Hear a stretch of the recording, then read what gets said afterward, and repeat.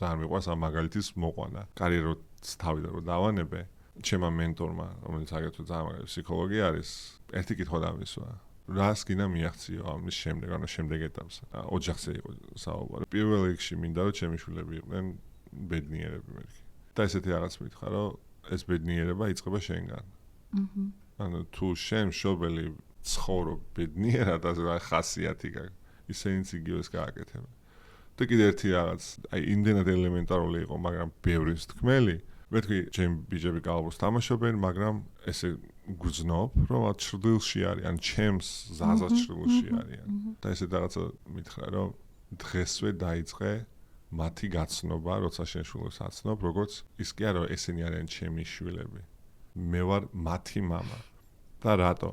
როცა მათზე საუბრობ, იმათ აყენებ პრიორიტეტად. და როცა ჩემი შვილები, იძახი რომ ჩემი შვილები არიან, მაშინ შენ თავს აყენებ. ხო, აი ელემენტარული ხო, მაგრამ უცბად აი ხო, არა ეს მოქმე ეს ისა წარმატება ხო პატარა დეტალებისგან შედგება რა. შეიძლება ამან რაღაც არ შეცვალოს ის, მაგრამ ეს არის ზუსტად წარმატების ის პატარა ელემენტი, აი ეს ფაზლის პატარა ნაწილი რა, რომელსაც ერთმანეთში იმაშობია. და ასე რომ ძალიან მაგრები ხართ ფსიქოლოგები და მადლობა რომ არსებობთ ასე თქვა.